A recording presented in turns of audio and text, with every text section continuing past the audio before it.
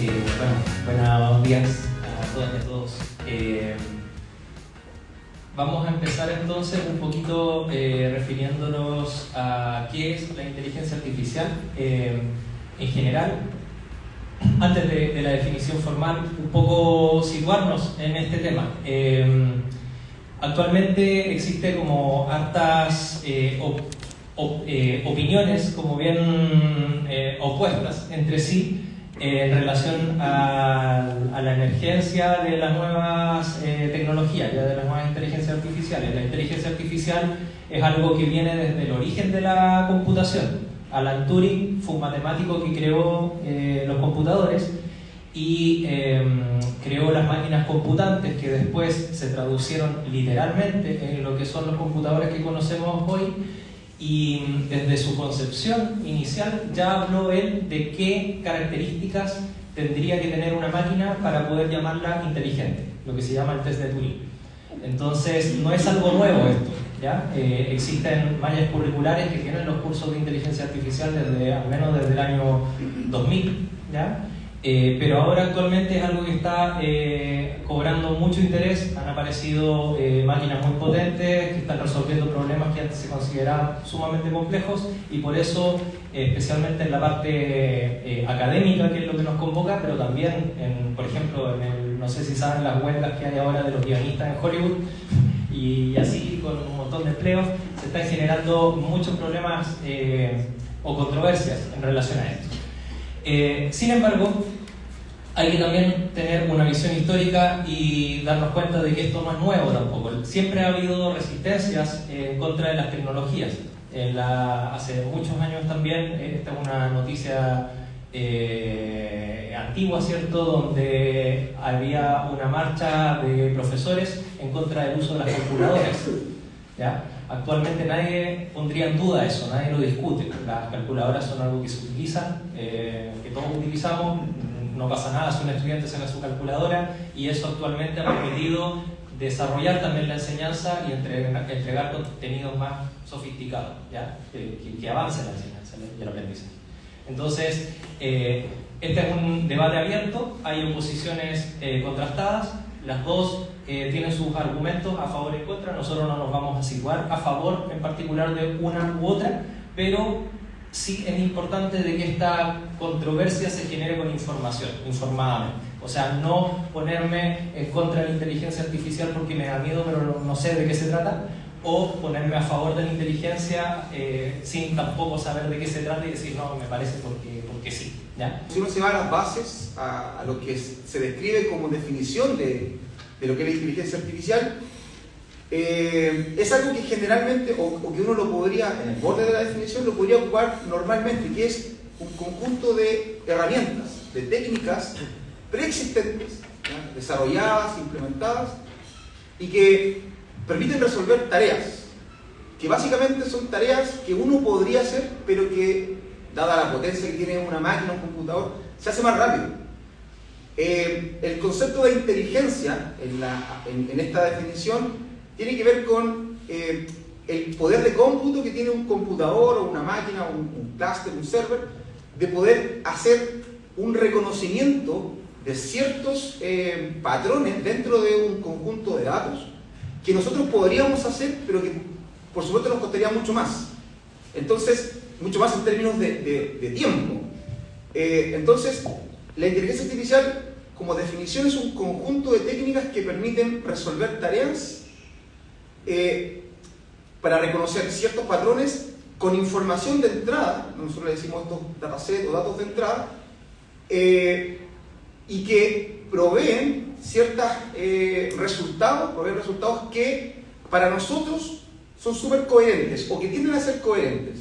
Ahora, existe, por supuesto, como nosotros también, existen grados de error en eso, ¿ya? Existen confianza sobre el resultado que está entregando, pero esa confianza está sujeta a un error que puede existir porque el aprendizaje que tienen estas máquinas, y de ahí vamos a entrar en ese concepto, está sujeto a ciertos sesgos que nosotros mismos le podemos dar a los datos.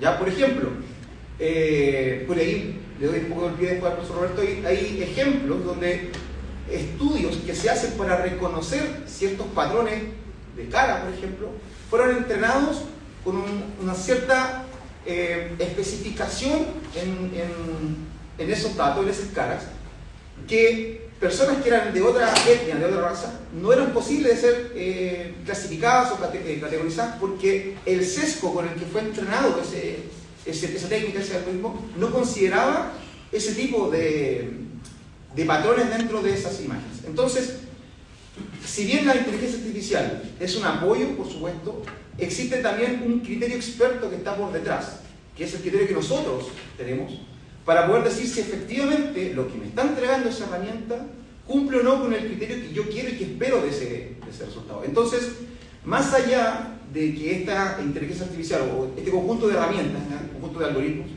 provean cierto resultado, nosotros no vamos a ser suplantados por esto porque se necesita un criterio experto para después de tener el resultado, discutir y ver si efectivamente ese resultado es coherente o no.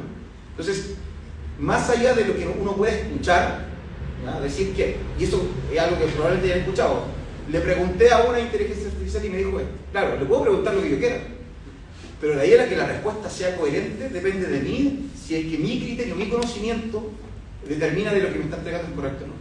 Y en ese conjunto de técnicas que yo les menciono existen categorías, ¿ya? O grupos que se llaman de aprendizaje profundo, de técnicas de aprendizaje por machine learning, de técnicas por refuerzo. Técnica por refuerzo es un concepto que nosotros lo usamos normalmente. Por ejemplo, en una evaluación, cuando uno califica a un estudiante o a un estudiante, le da una nota.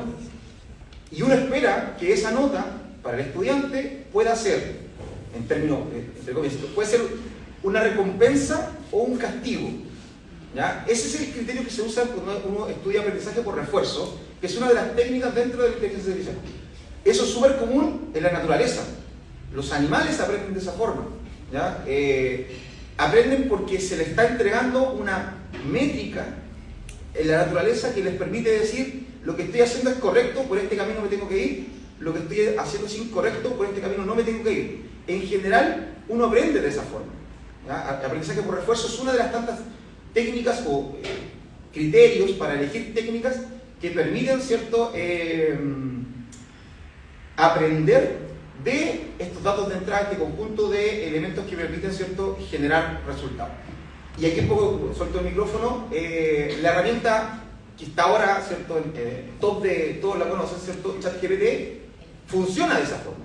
Funciona por aprendizaje por refuerzo. La empresa que construyó o desarrolló ChatGPT, que viene hace rato desarrollando, utiliza la técnica de aprendizaje, una de las tantas técnicas que existen dentro de la categoría de aprendizaje por refuerzo, para poder ir mejorando su precisión con respecto a qué entrega cuando uno le hace una consulta.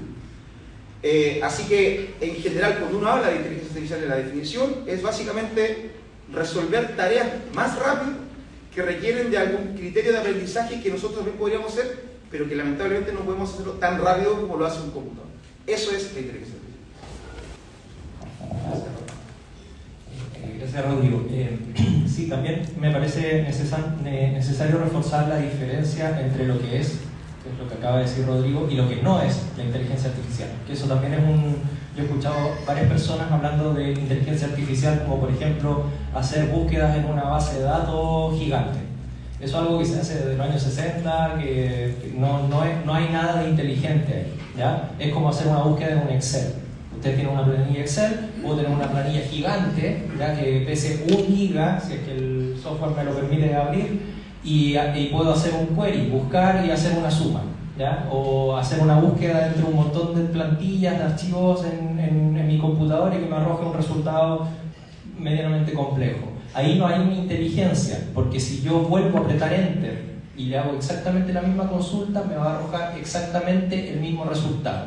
Eso es como una calculadora, sofisticada, pero es una calculadora. Ahí no hay inteligencia, ¿ya? Eso es importante. Los conceptos de Big Data, que también se pusieron súper de moda, no tienen que ver con inteligencia artificial. O lo de Data Science. Ahí, en algunas técnicas sí puede estar involucrada la inteligencia artificial, pero no necesariamente, ¿ya? Entonces hay que distinguir ahí los conceptos. También otro concepto, para seguir pasando, que me parece relevante, es que la inteligencia artificial no trata de remediar la racionalidad del ser humano. ¿ya? La racionalidad, si es que nosotros pensamos como personas completamente racionales, siempre vamos a tomar las mismas decisiones para las mismas entradas. Y eso no es así. Nosotros no solemos actuar de esa manera. Entonces, la inteligencia artificial, lo que para nosotros es una percepción de que algo se comporte inteligentemente, va acompañado de una irracionalidad. ¿Ya? La inteligencia humana no es racional 100%. ¿Ya? Entonces, una inteligencia artificial actúa simulando estos procesos de búsqueda que tenemos como seres humanos, que involucran tomar atajos, el reforzamiento que decía Rodrigo, etc. ¿Ya? O sea, hay mucho de percepción, hay mucho de intuición, otras cosas que no tienen que ver con la racionalidad pura. ChatGPT es, como decía Rodrigo, la aplicación que la está llevando ahora es porque fue la primera que apareció, ¿ya? Y podemos, este es el modelo que inventó Google hace muchos años, de que podemos utilizarla gratuitamente, sin problema, y después, si es que queremos más, nos empiezan a cobrar. Hay otro fenómeno en el mundo que usa la misma estrategia. Bueno, ChatGPT, ¿qué significa esto? GPT, Generative Pre-trained Transformer, ¿ya? Lo de pre-trained, pre-entrenado, tiene que ver con esto de que está reforzado con una base de datos, con una cantidad de contenidos impresionantes detrás, ¿ya? Que incluye, por ejemplo, toda la Wikipedia está ahí adentro, partiendo por eso, ¿ya? Pero tiene un montón también de otro contenido que algunos lo conocemos, otros no lo conocemos, ¿ya? No tenemos idea en realidad de todo lo que tiene ahí adentro. Y cada una de las nuevas herramientas que están saliendo es así. O sea, hay una de Google ahora que tiene, imagínense todos los datos que tiene Google. Bueno, y esto cabe dentro de lo que se llaman las IaaS, que son inteligencias artificiales como servicio, ¿ya? Ese es como el concepto general, como servicio, en el sentido de que nosotros podemos abrir esta aplicación y hacer uso de ella para distintos tipos de consultas, distintos tipos de tareas, ¿ya? Utilizan procesamiento de lenguaje natural y deep learning, que son dos técnicas asociadas con inteligencia artificial. La primera es reconocimiento de texto, en particular ChatGPT trabaja con texto. Hay otras inteligencias artificiales que funcionan con audio, otras que funcionan con imágenes, y así con varias cosas. Y ahora Meta está trabajando mucho con temas multimodales, o sea, pasar de texto a imagen, a video, etc. Y deep learning tiene que ver con redes neuronales con muchas capas, ya es más técnico, pero bueno, es algo que se asocia con una de las características que tiene eso es que permite hacer, entrega muy buenos resultados, pero yo no puedo entender, no es interpretable los resultados que se obtienen. O sea, yo no puedo hacer ingeniería inversa para saber de dónde vinieron esos datos, ¿ya? Si es que lo que les decía antes, una calculadora, yo puedo decir, bueno, sumé este número con este número y me dio este número. Yo puedo entender después eso e interpretarlo, hacerlo a mano, ¿ya? Me dio este resultado, sí, efectivamente. Pero en Deep Learning, como hay tantas capas, tantos cálculos que aparecen, y ponderaciones que se van haciendo, etc., cuando yo llego al resultado, yo no puedo saber de dónde vino ese resultado, ¿ya? Esa es una característica también de esto. Bueno, las cifras, solo la versión 3.5, hay unas de pago, ¿cierto? Son gigantes, un montón de datos, y el tipo de consultas que puedo hacer son mucho más. Esto no es un buscador, también eso es importante. No estoy buscando información que exista en internet, sino que estoy generando contenido, ¿ya? Si es que yo le pido a ChatGPT que me construya un poema, me va a construir un poema nuevo que no existe, ¿ya? Va a estar conformado de ideas de poemas y de cosas que existen con las que se cargó, pero el contenido va a ser nuevo, ¿ya? Ahí hay todo un tema de copyright y dudas que todavía no entendemos y no sabemos cómo hacernos cargo de eso. Pero las preguntas que yo les puedo hacer o la forma de interactuar con este tipo de aplicaciones son del estilo: compórtate como X, por ejemplo, compórtate como un profesor, como un académico, y dame y cualquier cosa y alguna restricción, por ejemplo, en 2 párrafos, en una tabla, lo que sea. Aquí hay un ejemplo, no se alcanza a leer mucho, pero dice: dame una rúbrica con 5 niveles de desempeño para evaluar presentaciones orales en estudiantes de primer año de ingeniería. Presenta la información como una tabla. Esto es real, ¿ya? Y me arroja una tabla completa, ¿ya?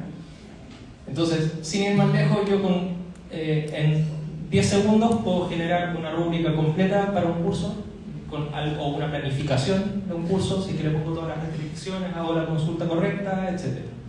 ¿Ya? Ojo, no le puedo decir todavía, existen seguramente algunas, depende cómo estuviese desarrollado el sistema, pero a lo mejor, o sea, de momento así a la rápida no le puedo decir, entrégame este certamen y evalúamelo, ¿ya? Ese tipo de cosas todavía no, ¿ya?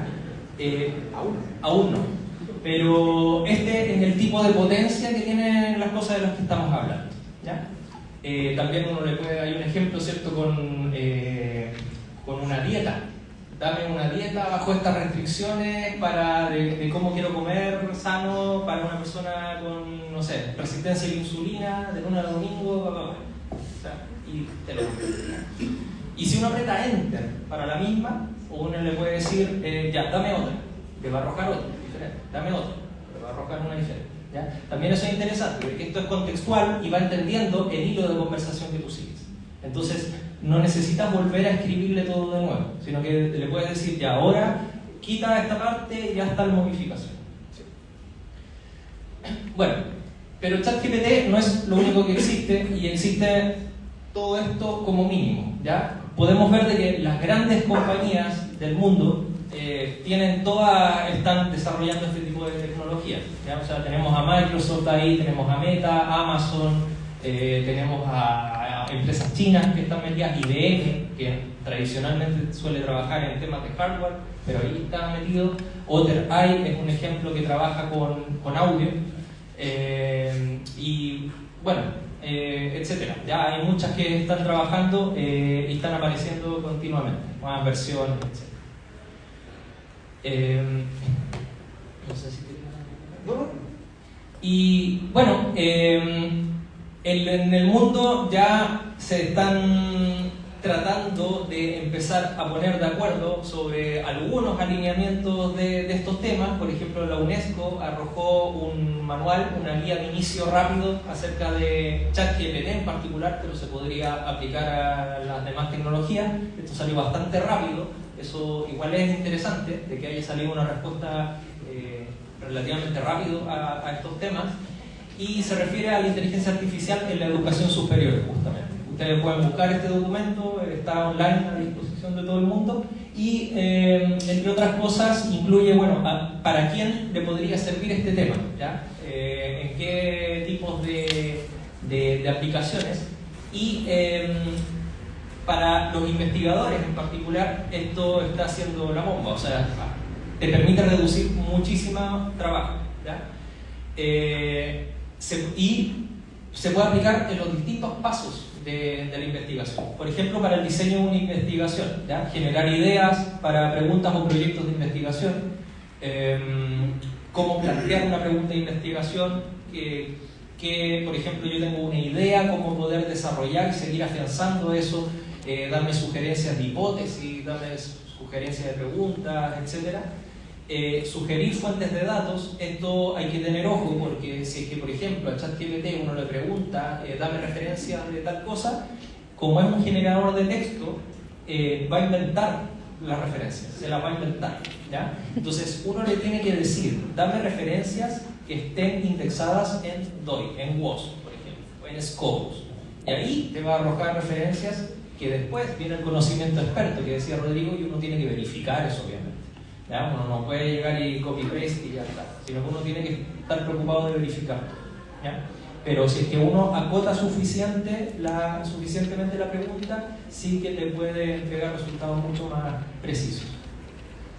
También para la recolección de datos, bueno, hay muchos add-ons, distintas subaplicaciones que se le pueden meter a ChatGPT y otras tecnologías, para conectarlas con instrumentos, por ejemplo con Wolfram, para poder hacer operaciones matemáticas, y también para poder, como con otros buscadores especializados, para buscar información específica, ¿ya? Entonces uno puede buscar en archivos y conjuntos de datos, aplicar tareas que tradicionalmente no son inteligentes, o sea, uno puede aplicar minería de datos, pero haciéndole preguntas muy abiertas, ¿ya? Que antes había que implementar. También eso es interesante. Ahora ya para este tipo de búsqueda uno no necesita ser informático o saber programar. Uno simplemente plantea la pregunta de una manera lo más precisa posible y ya está.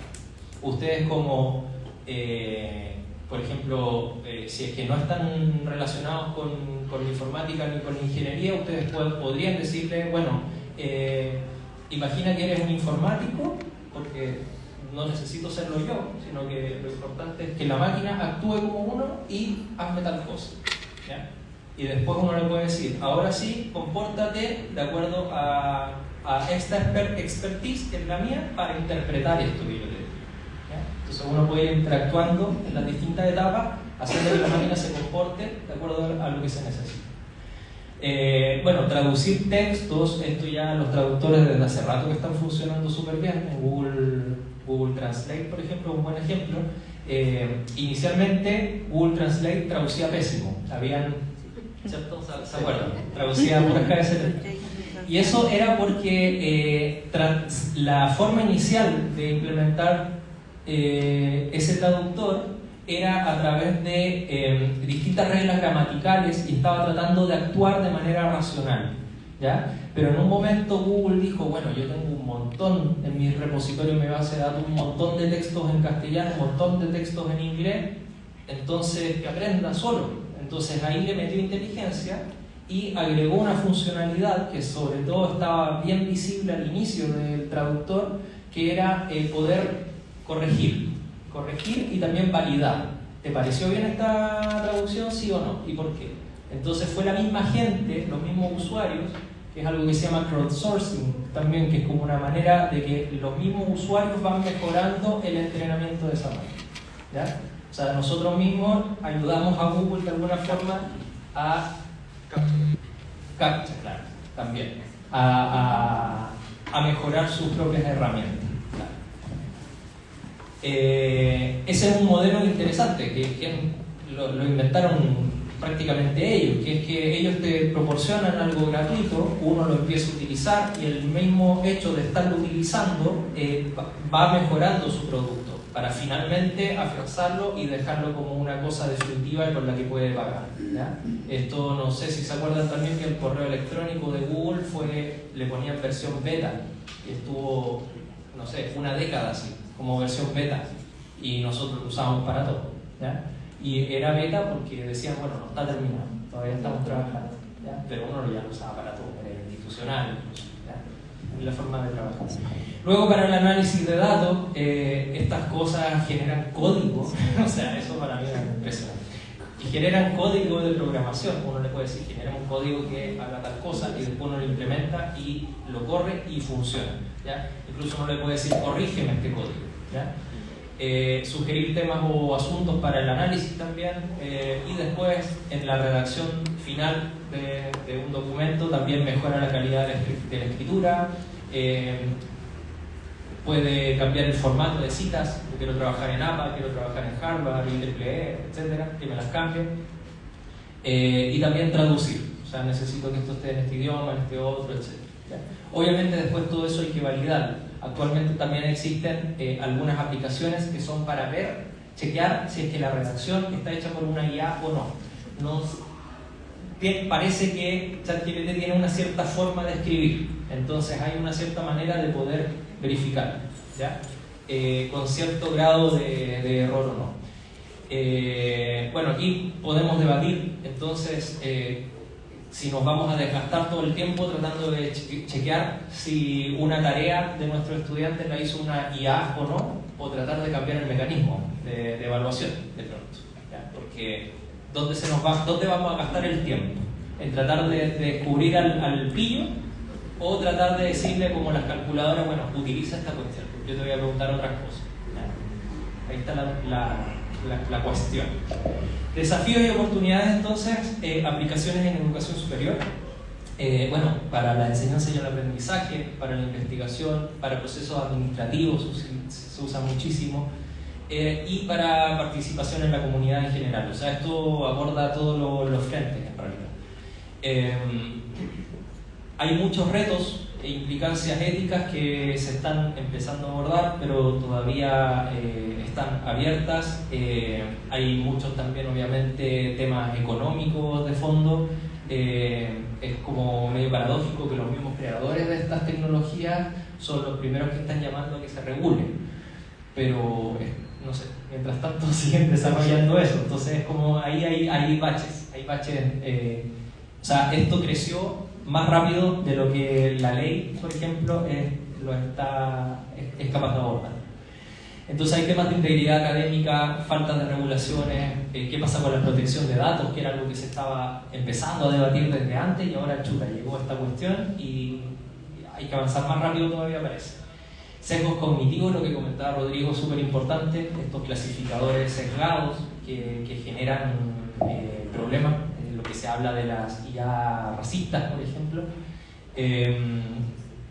temas de género y diversidad, temas de accesibilidad también, porque también, como todo, las nuevas tecnologías tienden a concentrarse, ¿ya? Que tienen que ver con temas económicos, con temas de acceso. Entonces, como es una ventaja tan competitiva, pero las tecnologías suelen concentrarse en los países o los núcleos sociales más desarrollados, entonces también favorece a la desigualdad, paradójicamente. Se creía que la Internet, como era para todos, entonces iba a acabar con, qué sé yo, con la desigualdad. Todo lo contrario, la aumenta, ¿ya? Entonces, ¿cómo podemos hacer para minimizar eso también? Ese también es un tema.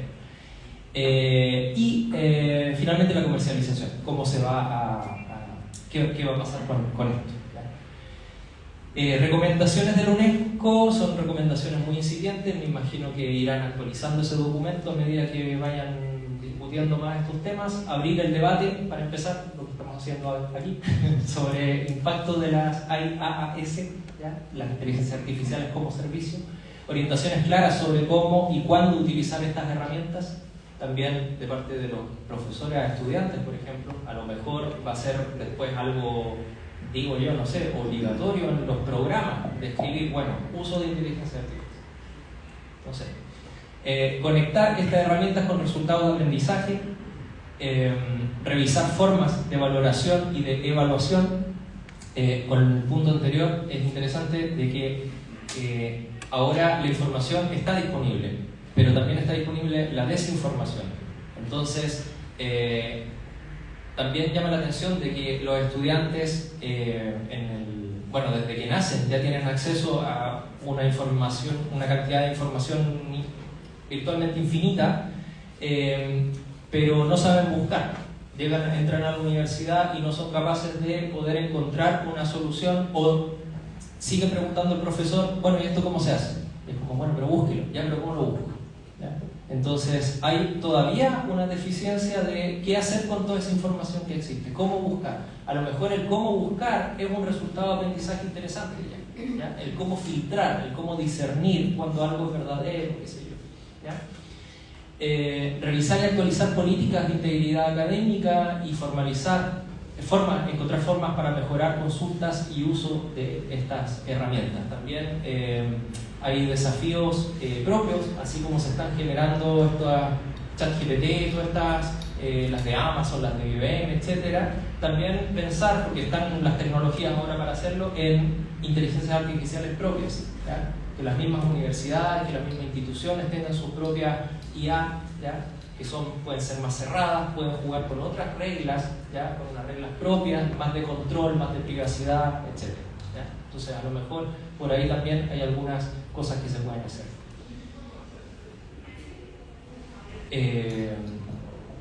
Y bueno, el futuro inmediato de las IA en educación superior le pusimos ahí inmediato entre paréntesis, porque en realidad es lo que se está haciendo ahora. Es difícil hablar de futuro porque ya alguien lo está haciendo. O sea, también hay que tener en consideración de que sale una nueva versión de ChatGPT o de cualquier aplicación y ya están pensando en 2 más. Ese es el modelo de negocio. El modelo de negocio es que te tiran una versión, pero eso significa que ya tienen asegurada la anterior. Eso es como las películas de Marvel. Tienen una, pero ya tienen confirmadas 10. ¿Ya? Es así. Entonces, una de las cosas, generación multimodal de contenido. Esto ya se está haciendo, pero van a salir nuevas tecnologías que ya lo incluyan súper bien. ¿Qué queremos decir con esto? Con que uno le entrega una letra de una canción y uno le puede decir, bueno, genera una música para esta letra en tal estilo, ¿ya? Y genera un videoclip. Pasa un videoclip donde quiero que haya 3 personas tocando una batería, un bajo y una guitarra, y genera un video, ¿ya? Que dure tanto, qué sé yo. Ese tipo de cosas, pasar de texto a video, de video a audio, viceversa, etc. Inteligencias artificiales con alimentación en tiempo real. ChatGPT en estos momentos va como 2 años atrasada, creo. Va como 2022, un año atrasada con el conocimiento que tiene, la cantidad de datos con la que se alimenta, ¿ya? Entonces, si uno le pregunta ciertas cosas de contingencia, te va a decir, yo solo tengo datos hasta acá. Pero va a salir una nueva versión de Google. Google tiene datos en tiempo real, ¿ya? Se puede alimentar, por ejemplo, de todas las búsquedas que se le hacen. Eso trae riesgos cognitivos también, etcétera, un montón de cosas. Pero es algo que se viene, cuestiones en tiempo real, ¿ya? Entonces uno le va a poder hacer preguntas como, bueno, dime cómo está, a ver, considera los índices de la bolsa en estos momentos. Y pregunta, ¿ya? O sea, eso se viene, y se viene ahora pronto. También en la educación hay que considerar ese tipo de cosas. Vamos a tener información que nos van a entregar los estudiantes, que podría ser información correcta, de la que nosotros no tenemos idea, porque es algo que está pasando ahora, ¿ya? O sea, virtualmente los estudiantes podrían tener acceso a información in situ, ¿ya? Y si nosotros no sabemos de dónde viene eso, entonces o le exigimos bien para que nos diga desde dónde viene eso o qué, ¿ya? Pero no podemos llegar y decir eso es falso, eso es mentira, porque a lo mejor es una información verídica, pero que está ocurriendo en ese momento. También están apareciendo inteligencia artificial, porque los creadores de estas cosas están diciendo, bueno, ¿cómo administramos todo esto? ¿Cómo nos hacemos cargo de todas estas tecnologías? Entonces están creando inteligencias artificiales para coordinar inteligencias artificiales, ¿ya? Bueno. Porque pueden, ¿ya? Porque están probando eso y se están haciendo pruebas en ese sentido, ¿ya? Que es como tomadoras de decisiones pero a gran escala. Temas de legislación, debate y educación en el uso de las inteligencias artificiales van a empezar a salir muchas iniciativas a nivel nacional, a nivel mundial, distintos organismos, la OCDE quizás tira algo y así. Ya van a empezar a salir muchas iniciativas. Ahora en un país, no sé qué país era, sudamericano, no sé, ya salió la primera propuesta de ley escrita exclusivamente con inteligencia artificial. Y tiene que ver con privacidad de los datos. Bueno, y se está debatiendo, ¿ya? Eso. Entonces se están pasando esas cosas ahora. Y cambios de paradigma educativo. O sea, esa es como una conclusión. A partir de todo esto, claramente esto va a generar cambios en el paradigma educativo. Los estudiantes van a llegar con otras formas de ver el mundo, de interactuar con el mundo, ¿ya? Entonces, eso también, si es que lo seguimos evaluando de la misma manera que hacíamos en los años 80, estamos evaluando no a ese estudiante de hoy, sino que estamos tratando de evaluar con un instrumento algo que ya no es, ¿ya? Favorablemente, tenemos que aprender a usarlas, tenemos que enseñar a usarlas, tenemos que enseñar de una manera diferente. El aprendizaje de los estudiantes va a cambiar, está cambiando. La forma en la que uno le puede demostrar a un estudiante que esto no es una ChatGPT o la herramienta que sea, ¿no? Porque, como lo decía Fabián, ChatGPT fue la primera. Esto pasó con Microsoft. Microsoft fue el primero que salió, por eso le ganó a Apple, porque fue primero, no porque fue mejor, fue primero. Pasa un poco lo mismo acá. Hay un montón de tecnologías que están siendo desarrolladas, pero que la que se conoce actualmente es la primera que sale. Ahora, las y los estudiantes la están usando. No hay discusión de eso. Uno, el que le pregunta, sabe lo que es y sabe cómo usarla, porque esa es una de las características que lo hace bien masivo, que es extremadamente fácil de usar, extremadamente fácil de acceder. Entonces, tratar, ponerse una venda en los ojos y decir, voy a descubrir en una prueba que el estudiante está usando, eso ya quedó en el pasado como pregunta. No puedo hacerlo. Porque, si bien lo mencionó Fabián, decía, existen herramientas que están trabajando para poder descubrir si fue hecha o no por ChatGPT. También son inteligencias artificiales. Entonces, le estamos pidiendo a una inteligencia artificial que descubra si fue hecha por otra inteligencia artificial, que probablemente diga sí o no, porque va a descubrir un patrón, pero siempre va a quedar la duda de si fue o no fue, porque la certeza no está. Entonces, ¿qué tenemos que hacer nosotros desde el otro lado, de la otra vereda? Yo creo que la batalla esa de preguntarse si fue o no fue hecho, ya no es. Lo que tenemos que hacer es cambiar la forma en la que se puede evaluar. Cosas que, por ejemplo, todavía no se pueden hacer con las versiones gratuitas es que ChatGPT me describa gráficamente un cierto principio, un concepto. Me puede ayudar a escribir las bases, por supuesto, pero el criterio experto que está por detrás del estudiante o del estudiante para poder exponer eso es lo que uno tiene que evaluar. Entonces, a lo mejor venían con la idea de poder determinar cuándo usarlo, cuándo no usarlo. Yo creo que eso no es una pregunta ya real, es una pregunta, o sea, no es una pregunta, usarlo. ¿Cómo usarlo? Esa es la diferencia. ¿Cómo uso esta herramienta? Y para eso, claramente existen, bueno, hace poco salió también no me acuerdo de qué ministerio era, César me lo mandó, un documento oficial que decía cómo los profesores tienen que usar ChatGPT. Así, ese era el título, cómo usar ChatGPT en el aula. Y daban ejemplos. De hecho, un ejemplo era la rúbrica, pero también daban ejemplos de evaluaciones.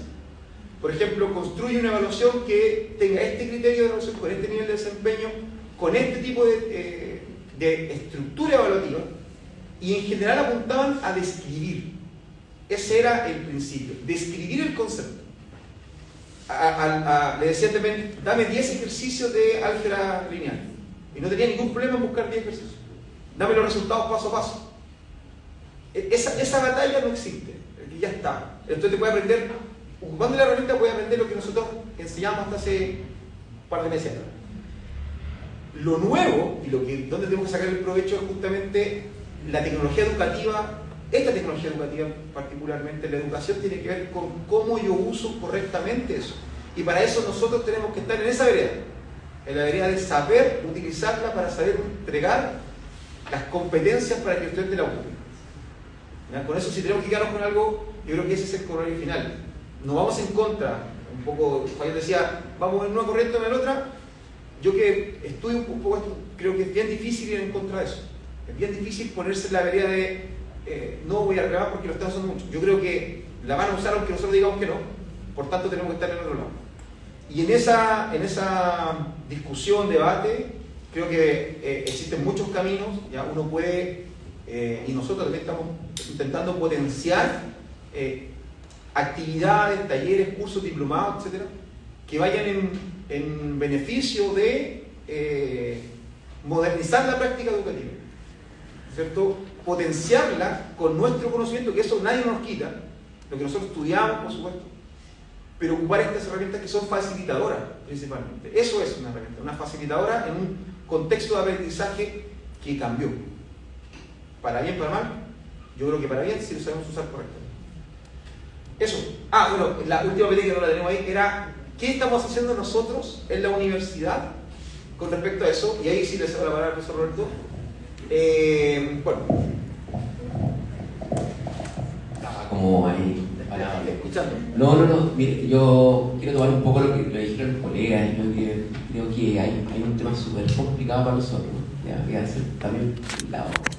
Venimos saliendo de una pandemia, ¿ya? O todavía estamos, pero nos pilló la pandemia, a todos nos pilló poco preparados, ¿ves? Por eso tuvimos la ausencia, la evolución de emergencia, ¿cierto?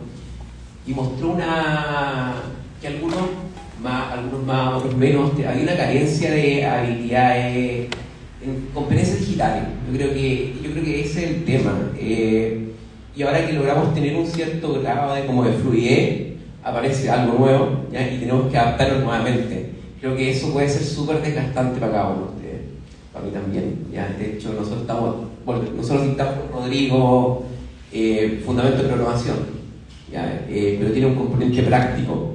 Entonces, los ejercicios que hacíamos antes ya no sirven. Ya no sirven, ¿por qué? Porque está también ahí. Porque son los GPT o otro tipo de generadores te generan la solución de inmediato. A veces lo que hacíamos nosotros en un momento para poder adaptarlo, ya cuando habla el ejemplo de la minuta, ya es un ejemplo mío, porque mi hija tiene una alimentación bien particular, y yo dije, voy a probar, solamente voy a probar, y le mostraba fallar ahí el tema de la minuta. Claramente ahí viene otro tema, viene el tema del experto, el conocimiento del experto. Yo creo que ese es súper relevante, el saber discriminar. Yo estuve, de hecho, no quiero que se transformen en temas anecdóticos, pero en uno de los cursos que estamos diseñando, un optativo, ni siquiera está en la malla, que tiene que ver con competencia social en inglés. Empezamos a trabajar con la profesora de inglés para poder definir los contenidos, ¿ya? Y empezamos a iterar, y a niveles incluso de perfil de egreso, o sea, de resultados de aprendizaje, ¿ya? De competencia, y ahí íbamos ajustando. Entonces, el desarrollar esa competencia, yo le decía, mira, viste, que me decía en su momento, oye, pero es que yo no quiero que se me fría el cerebro, y le decía, no se te va a freír, el tema es que vamos a agilizar, ¿ya? El proceso, y vamos discriminando porque tú tienes el conocimiento experto, ¿ya? Y yo creo que desarrollar ese tipo de conocimiento de nuestros estudiantes, en nuestro caso es súper complicado en primer año, porque lo que tenemos que hacer ahora es desarrollar otro tipo de competencias. ¿Ya? Los problemas que hacíamos antes no van a ser los problemas que van a abordar, aunque suene cliché, ¿ya? Pero sí la competencia en este caso va a ser capaz de integrar, ¿ya? Van a tener que abordar problemas mucho más complejos que a lo mejor no van a poder ser resueltos de inmediato, pero entonces van a tener que ser capaces, por ejemplo, de descomponer este problema en pequeñas partes, ¿ya? Para poder después desarrollar competencias de integración. Yo hablando con un estudiante de tesis, me dice, profe, pero es que no me alcanzaba a leer tanto artículo, entonces empecé a ocupar Humanata, ¿ya? Humanata lo que hace es, tú le mandas un PDF, ¿ya? Y te entrega un resumen, y después tú le puedes hacer algunas preguntas, ¿ya? Entonces, pero que te permite poder consumir más información y ser capaz de discriminar, eso es el elemento clave. Día a día igual nosotros vivimos con inteligencia artificial. Cuando están en Netflix y las recomiendan, eso es, ¿ya? Ahora yo creo que desarrollar en nuestros estudiantes, entender qué hay por debajo, ya habló Rodrigo algo de sesgo. En Netflix hay un documental bien interesante que se llama Coded Bias, o sesgo codificado, que muestra un poco eso, ya qué pasa con porque lo que está pasando, podemos reflejar nuestros mismos sesgos, ya, y eso es un tema súper complicado. Hay una política nacional de inteligencia artificial y está ahí, y uno de los ítems que cuando yo le hice una lectura, mostraba o indicaba básicamente que esto igual va a incorporarlo a los colegios, ya, y tiene todo el sentido, ya. Cuando entender qué es lo que hay por detrás es relevante.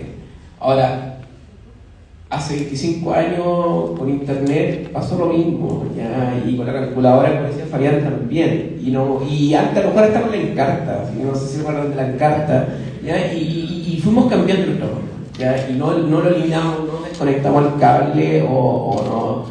Nos tenemos que empezar a adaptar. Ahora, el gran problema que hay es que está avanzando muy rápido. Está avanzando muy rápido y no nos da espacio para poder entender cómo cambiar, ¿ya? No va a cambiar 100% la educación, eso no hay duda. Hay un aspecto también emocional de nuestra parte, que eso no es reemplazable con las máquinas, pero sí hay temas relevantes de, por ejemplo, cómo estamos evaluando, como decía Fabián. Yo creo que, porque la pregunta base, va a haber siempre alguien que va a poder saltarse eso. Y lo que hacíamos nosotros, incluso las preguntas cuando nos pilló al comienzo, porque al comienzo, en marzo nos pilló, coloquemos nuestros certámenes a GPT a ver si es que puede resolverlo. Ya cuando lo resuelva, veamos cuáles son las soluciones que genera para poder tener también una idea de cuáles pueden ser y cómo podemos empezar a complejizarlo un poco más. Y en un futuro a lo mejor vamos a tener que permitir utilizarlo, pero dar alternativas. Pero usted quiere ocupar GPT, bueno, tiene que abordar este tipo de problemas, ¿ya? Que son problemas mucho más complejos, en la cual usted tiene que desarrollar este tipo de competencias. Quizás no es algo que está súper abierto, pero que tampoco no podemos tapar los ojos y pensar que no existe o desconectar porque va a pasar, ¿ya? Tampoco podemos acelerarnos, ¿ya? Pero sí no podemos dejar de avanzar porque esto está avanzando y nuestros estudiantes están teniendo más conocimiento al respecto y no podemos pasar de eso.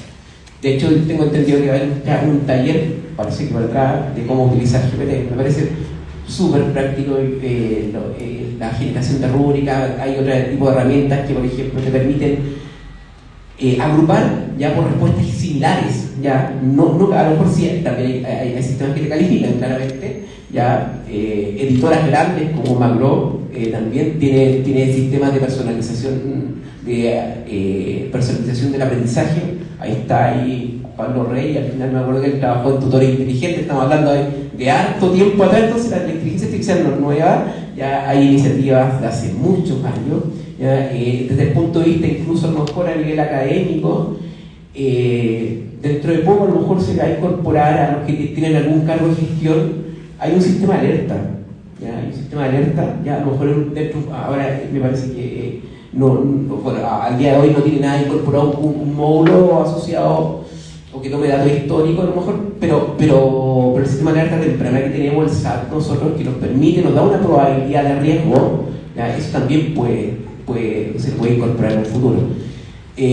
Trabajamos todos con Aula, con Moodle, ya hay varios plugins que uno en un futuro podría estar solicitando, ¿ya? Por ejemplo, cuánto un estudiante interactúa con el aula virtual puede ser un indicador de deserción, ¿ya? Eso hay varios estudios en esa línea, ¿ya? Y eso nos permitiría a nosotros también mejorar nuestras prácticas docentes o nuestra atención o nuestro foco. Yo creo que ese es un tema. Ahora cuando Rodrigo habla un poco de qué estamos haciendo, nosotros igual estamos haciendo algo, ya estamos tratando de analizar en particular con Rodrigo, con Fabián y otros colegas que no están acá. Estamos tratando de analizar algunos elementos más asociados a competencias genéricas, ya en particular asociados a lo que es colaboración. ¿Ya? La colaboración en particular es una competencia súper complicada de medir. Ya no basta solamente dejar ahí 4 personas, 5 personas ahí que trabajen en grupo, ya hay diferentes elementos que se tienen que cumplir. ¿Ya? Y ahora si comenzamos los cursos masivos con 100 estudiantes, analiza poder tener esta retroalimentación al respecto, si están colaborando o no están colaborando, si los roles que se asignaron o no, si hubo comunicación, si hubo coordinación, ¿ya? Existió o no existió, es difícil, ¿ya? Es difícil. Entonces en esa línea nosotros estamos trabajando, estamos tratando de generar un sistema de análisis, ¿ya? De la colaboración en equipos de trabajo, ya centrado principalmente en un ámbito profesional, pero que es, porque es de ahí donde tenemos financiamiento, ¿ya? Pero que es aplicable también al contexto universitario, ¿ya? Eso es lo que estamos haciendo nosotros, ya para eso hablaba un poco, había algo de multimodalidad, ¿ya? Y ahí estamos analizando no solamente, por ejemplo, lo que tiene que ver con nuestro lenguaje no verbal, ¿ya? Que es todo excepto las palabras, que también lo tomamos también tratamos de incorporar lo que tiene que ver con aspectos verbales y no verbales. Por ejemplo, cuando alguien hace así, ya hay microgestos, ya puede significar algo. Cuando alguien se toma el tiempo, también esto también significa algo. ¿Qué pasa? También hay temas de liderazgo, ¿ya? O cómo nos comportamos en grupos que tienen ciertas características. Eso es un aspecto que nosotros estamos viendo como escuela de ingeniería informática, ¿ya?